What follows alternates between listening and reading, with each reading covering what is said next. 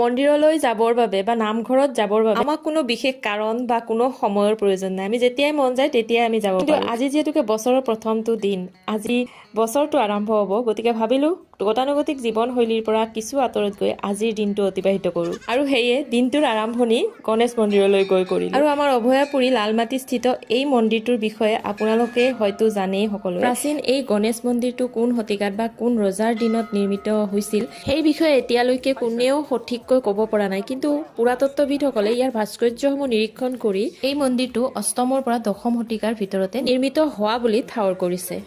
আৰু ইয়াতে একেলগে তিনিটা মন্দিৰ আছে, মানে গণেশ মন্দিৰ, লগতে শিৱ মন্দিৰ আৰু জগন্নাথ মন্দিৰ। আমি তিনিওটা মন্দিৰতে সেৱা জনাই দিনটোৰ আৰম্ভণি কৰি দিলোঁ। আৰু এইবাৰ গণেশ মন্দিৰৰ পৰা ওলাই ভাবিলোঁ পেট পূজা কৰি লওঁ আগতে।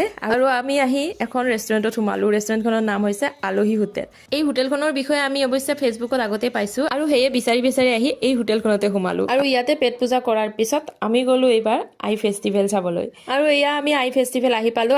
আৰু টিকট কাটিলেহে ভিতৰলৈ সোমাব পাৰি, যিহেতুকে এখেতে টিকট কাটি লৈ আহিলে আৰু আমি ভিতৰলৈ সোমাই গ'লোঁ। এইখন হৈছে মূল গেট আৰু মূল গেটখন দেখিবলৈ অৱশ্যে ধুনীয়া লাগিছে, নহয়? আৰু সিদিনাখন মানুহো যথেষ্ট হৈছিলে, যিহেতুকে বহুত ডাঙৰ এৰিয়া হয়, গতিকে মানুহ কিমান আছে ভালদৰে ধৰিব নোৱাৰি।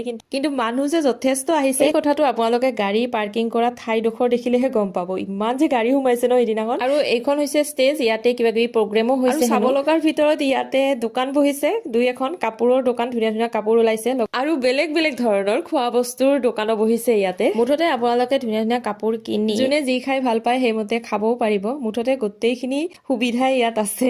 আপোনালোক যিসকলে আহিছে তেওঁলোকেতো গমেই পাইছে, যিসকলে অহা নাই এবাৰ আহিব, আহিলে গম পাব কেনেকুৱা লাগে ইয়ালৈ আহি।